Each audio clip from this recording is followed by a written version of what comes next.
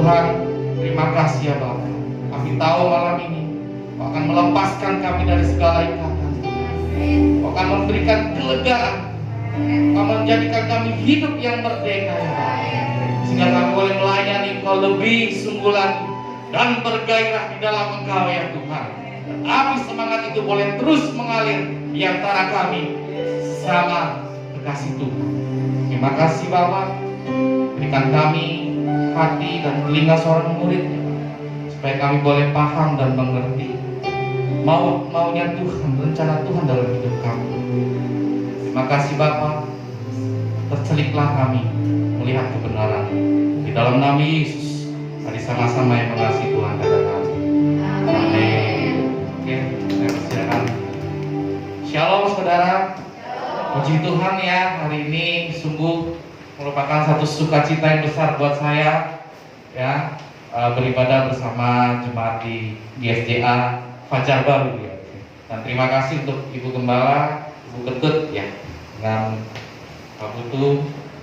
Sejujurnya ini saya pas datang saya bingung juga, kok ini pakai merah-merah semua. Padahal kita nggak ada janjian ya Pak ya, nggak ada janjian gitu untuk pakai merah. Cuma tadi waktu bangun tidur pilih baju ada warna biru, ada pink. Tapi di situ Tuhan tuntun, oh pakai merah aja. Nah dari sini saya bisa melihat bahwa connecting gitu, ada kesatuan hati. Sekalipun nggak ada janjian, tapi Tuhan tunjukin gini loh. Baju aja Tuhan perhatikan gitu loh, untuk pakai warna apa. Ya, maksud Tuhan seperti itu. Jangankan ini hal-hal kecil itu Tuhan perhatikan. Ya, saudara mesti nangkap ini. Jadi apalagi urusan yang besar, apalagi soal makan dan minum.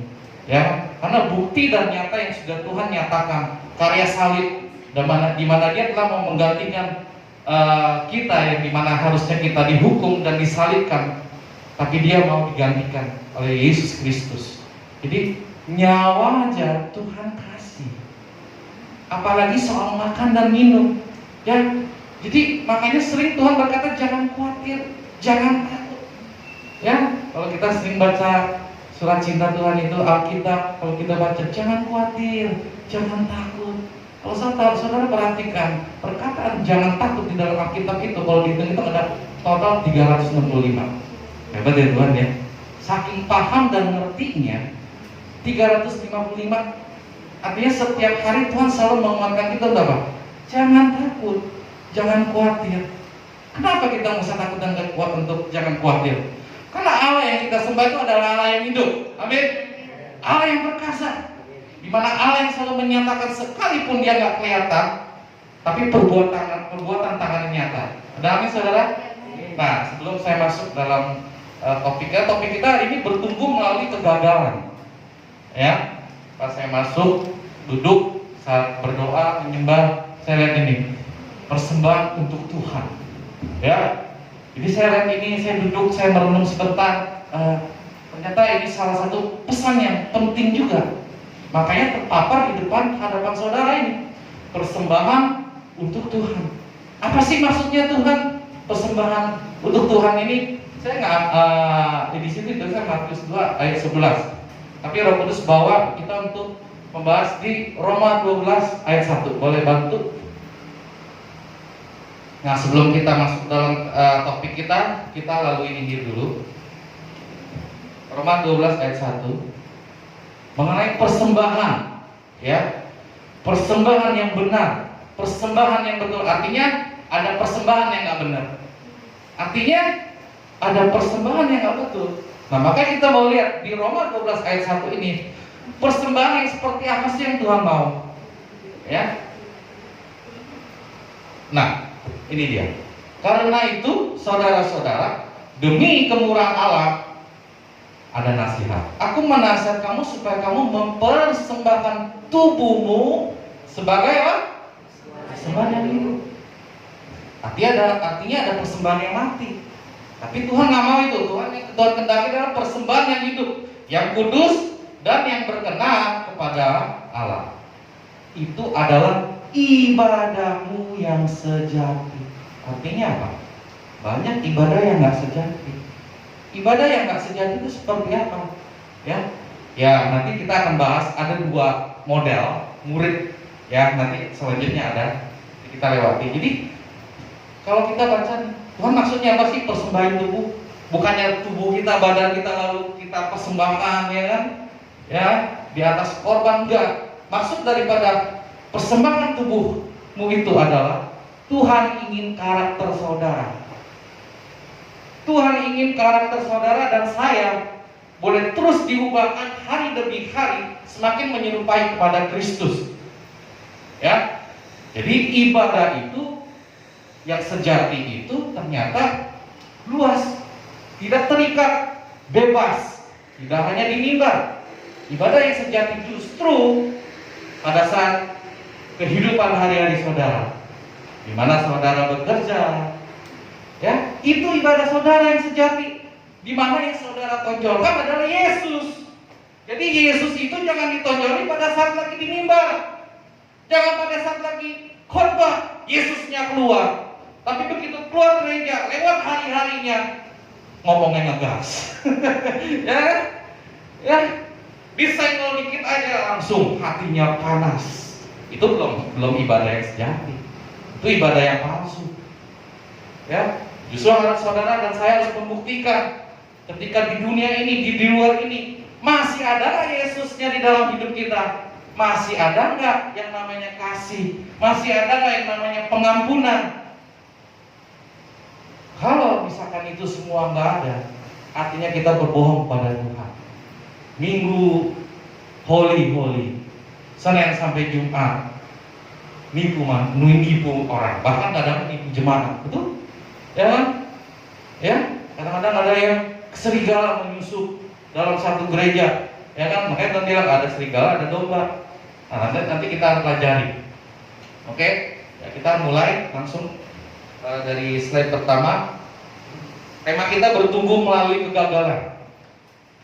Nah, bertumbuh melalui kegagalan. Sebenarnya kata-kata bertumbuh ini kurang menurut saya, ya, karena setelah bertumbuh itu ada kelanjutannya, yaitu berbuah tetap, berbuah yang manis. Itu goalnya Tuhan. Karena bertumbuh itu sifatnya itu fokus pada diri sendiri. Bertumbuh itu adalah hal yang alami. Cuman tergantung bertumbuhnya, bertumbuh cepat, lama, kadang-kadang orang bilang bantet. Nah, di sini bertumbuh melalui kegagalan judulnya. Oke, slide-nya boleh. Kok lucu ya? Kenapa sih bertumbuh melalui kegagalan bukan lewat keberhasilan? Ya, karena keberhasilan itu lahir dari kegagalan. Justru yang bahaya itu keberhasilan, saudara. Ketika seseorang sudah mengalami keberhasilan, itu lemah, syarat dengan dosa malah. Ya kan? Ketika seseorang yang tadinya susah bekerja, usaha sulit, gagal. Tapi ketika dia berhasil, itu yang bahaya. Bahayanya kenapa? Ketika dia mengalami keberhasilan, dosa itu mengintip. Dengan cara apa? Pikiran bercabang. Contoh, suami istri, ya kan, kerja keras susah, buka toko, sepakat kerja keras suami istri, diberkati, berhasil. Si suami nggak siap, pikiran bercabang. Apa yang terjadi, saudara? Orang kalau pegang berkat besar, duit besar, itu godaan semakin besar. Nggak gampang, langsung bercabang. Punya apa? Pikirannya, kayaknya enak juga nih, punya piaraan cumbo. Ya kan? Bosan sama cumbo, dia piara Uzbekistan. Saudara, ini nyata dan kejadian, dan saya lihat dengan mata kepala saya sendiri. Jadi, saudara harus fokus dengan apa yang tidak kelihatan. Nah, makanya keluarlah. Boleh next slide. Nah, makanya keluarlah nih salah satu contoh-contoh yang kita lihat ini. Karena keberhasilan itu lahir dari kegagalan. Contoh Thomas Alva Edison. Berapa kali dia gagal? 1000 kali. Ya kan? Jadi kegagalan itu bukan sesuatu yang menakutkan sebenarnya. Kegagalan itu bukan akhir dari segalanya, tapi yang menjadi akhir dari segalanya adalah ketika kita berhenti untuk mencoba. Ketika kita tidak lagi setia dengan Tuhan, itulah kegagalan sejati. Ketika kita enggak lagi mau mendekatkan diri kepada Tuhan. Padahal mendekatkan diri kepada Tuhan, bersekutu, intim, itu efek yang luar biasa buat kehidupan kita, saudara.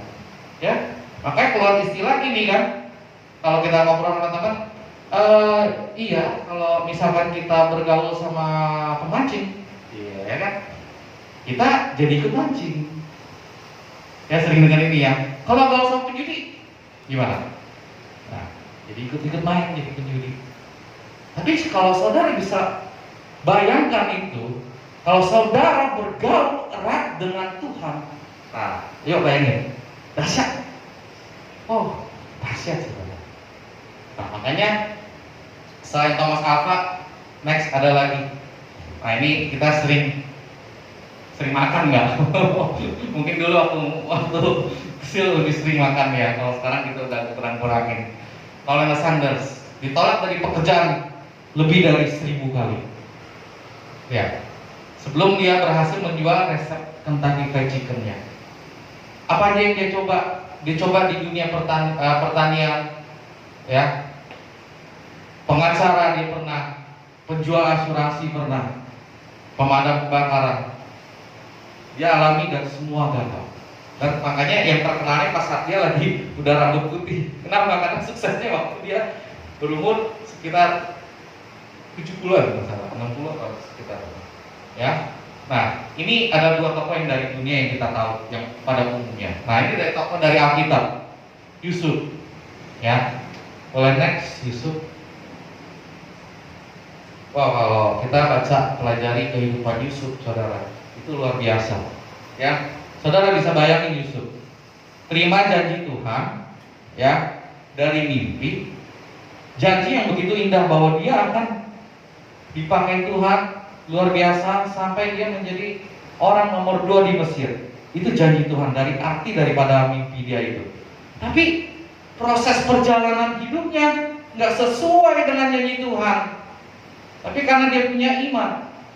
Iman itu ya dasar segala sesuatu yang kita harapkan, dan bukti dari segala sesuatu yang kita nggak lihat. Jadi yang namanya iman itu tuh ya memang nggak kelihatan, ya, karena pengharapan di dalam Yesus itu sangat-sangat memberikan jawaban kehidupan. Nah, Yusuf dibenci sama saudaranya.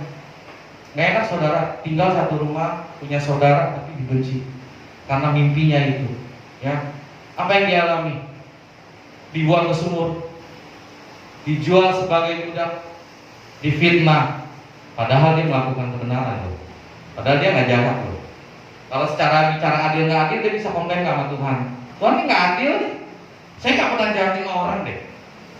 Kok saya dibuang ke sumur? Bahkan ketika dia melakukan kebenaran, difitnah malah. Waktu di rumah Potifar, dia menjaga kebenaran. Dia nggak mau mendukakan hati tuannya, ya kan? Tetap aja waktu melakukan kebenaran dia bisa komplain dan bertanya-tanya tentang, aku berada dalam kebenaran loh Tuhan, kok malah hasilnya? Tapi tetap dengan apa dia? Setia. Kesetiaannya dia kepada Tuhan yang hingga dia bisa nyampe ke garis finish. Nah, makanya kita sebagai anak Tuhan tuh kalau mengejar, jangan mengejar yang pasti. Contoh, ke gereja yang dikejar kalau keselamatan sudah pasti. Berkat, ya kan, kadang kita kejar. Ya, justru itu semua udah pasti. Berkat, keselamatan, kesembuhan, pelepasan, itu pasti di dalam Yesus.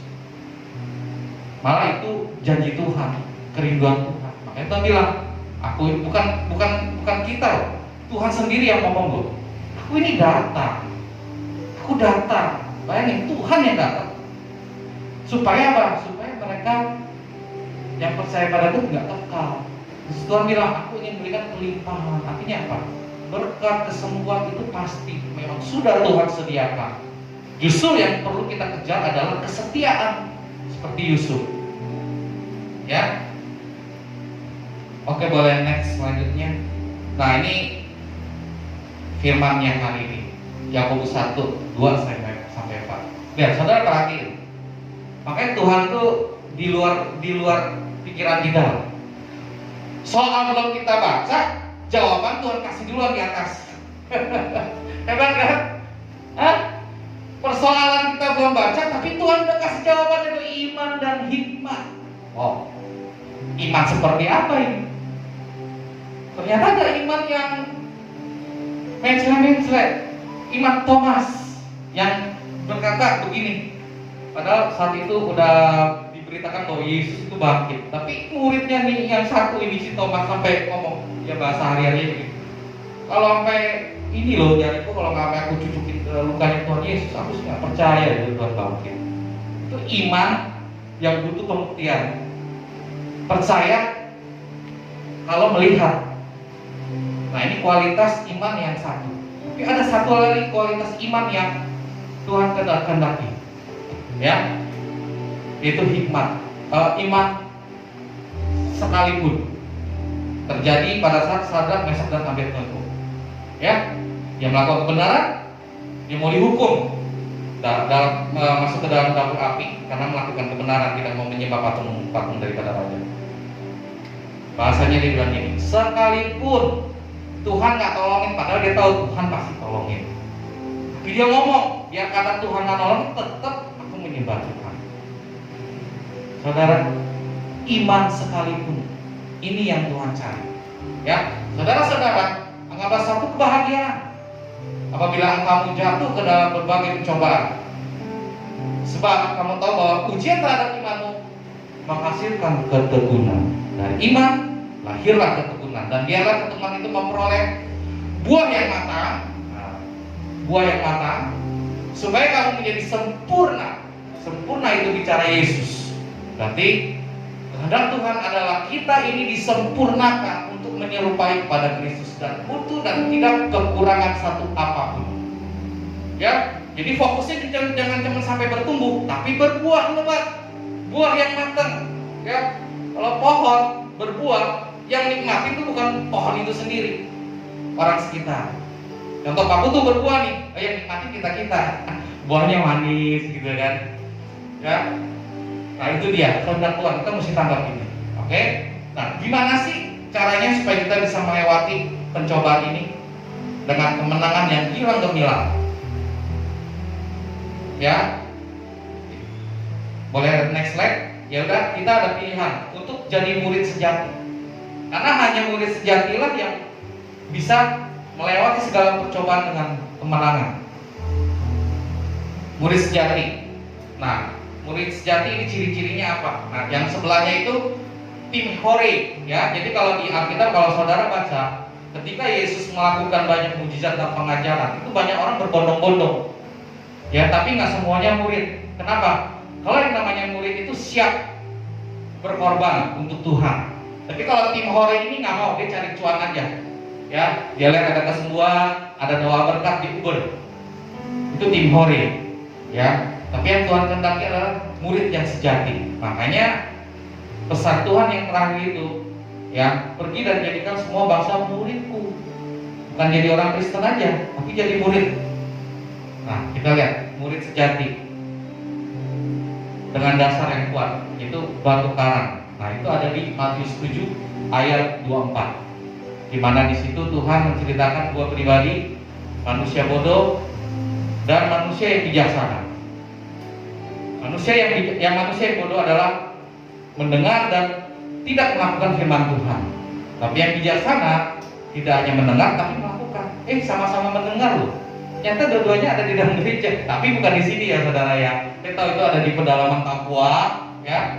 Depan ada pom bensin lewat dikit, ya ada Alfamart, Pilok. Nah itu saya lagi ngomongin di situ. Tapi yang di sini saya yakin luar biasa semua. Amin.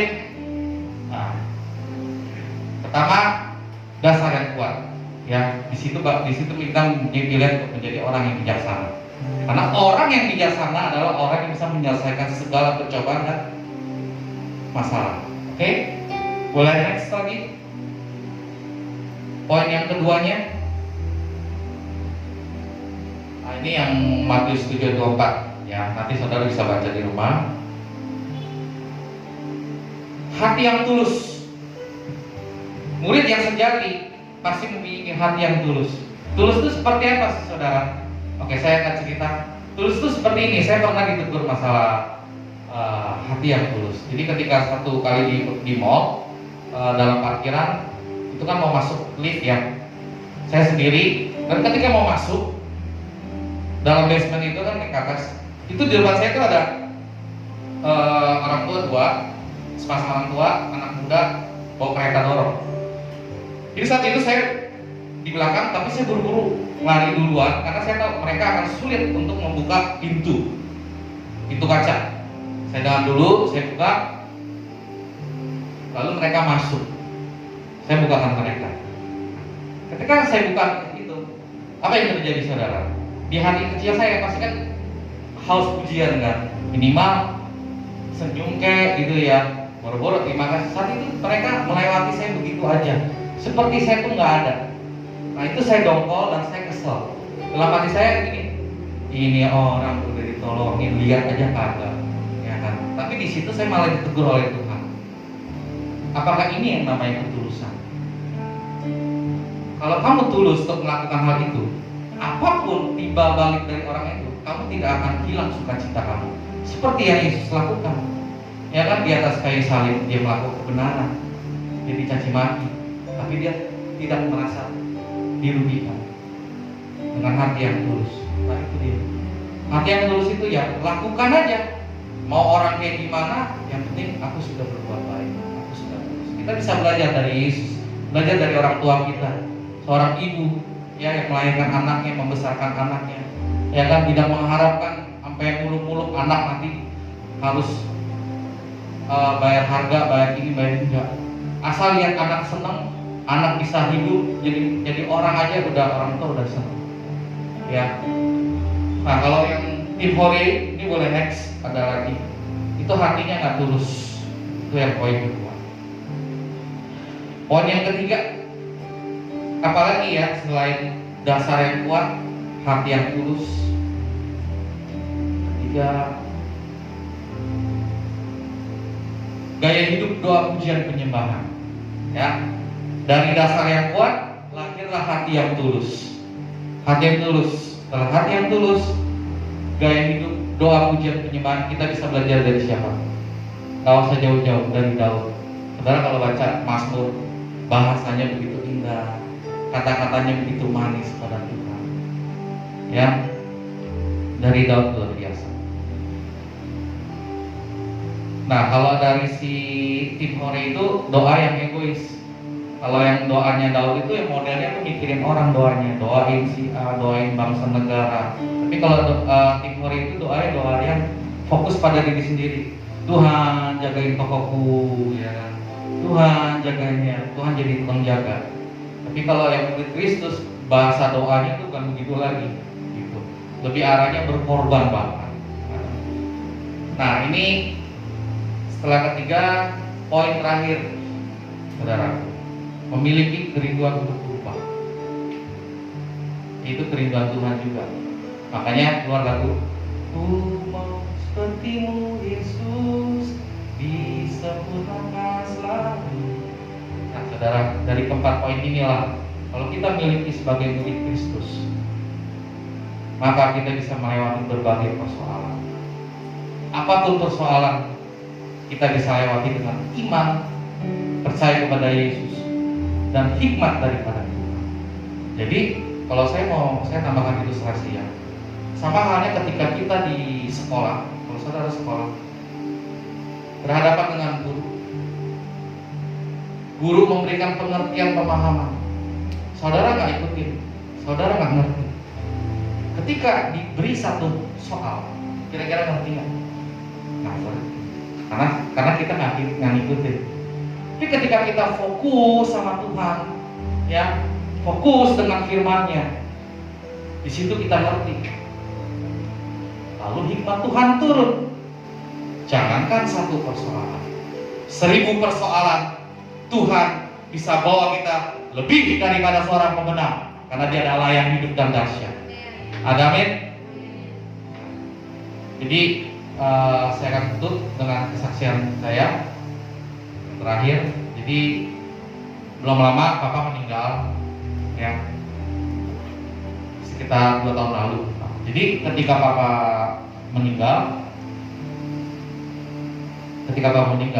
itu adalah di hari dimana harusnya kita pergi ke Israel, tapi di situ malah tutup peti. Coba saudara bayangin, ya intinya kita tidak jadi berangkat.